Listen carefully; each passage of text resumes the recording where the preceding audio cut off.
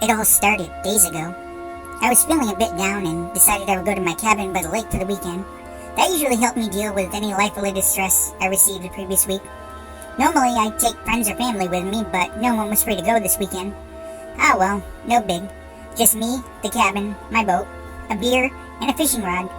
It's good to spend time with other people, but having fun alone every once in a while was pretty sweet too. I got there early Saturday morning, got out of my car and opened the trunk, got to the duffel bag and fishing rod, made my way to the cabin. I plopped the bag on the table.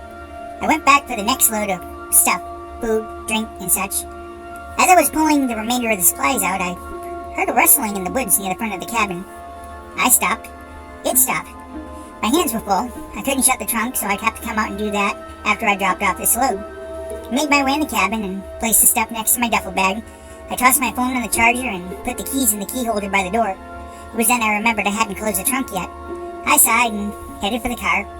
It had one of those lights in the trunk that came on when it was open, and I didn't want to run my battery down. I was, after all, a long way from civilization. As I approached the car, I heard the sound in the woods again, this time louder and more frantic. I stopped and looked to the woods again. A bear came out. It sniffed the air and looked at me. It had blood on its chest, as if it were injured or had just eaten something. It made eye contact with me, so I started back towards the car. I opened the driver's door and got in, closing it behind me. The bear just watched, not moving, not taking its eyes off me for a second. Soon, a second bear came out beside it. It also stared at me.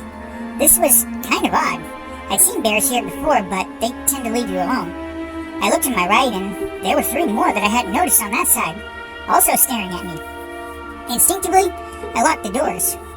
They moved in, circling the car at first, just sniffing. They seemed, I don't know, almost as if in a trance. Just kind of going through the motions, if you will. Every so often, they would put their giant nose against the glass, as if testing it. At this range, I was able to see them better. They all had wounds, festering, almost rotten. The smell, even with the windows up, was sickening. I figured they'd get bored and then I'd make a break for my house. The phone, keys, and hunting rifle were all in there. I felt the car jolt. The trunk, one of them had started to climb in. The car rocked back and forth, and I could hear the sniffing sound through the seat. The seat. It was one of those that folded down to make more room for the trunk. In an instant, the seat collapsed. I was staring into the maw of the beast. They all made their way for the trunk and ripped their way in. It was a few days before anyone found what was left of me.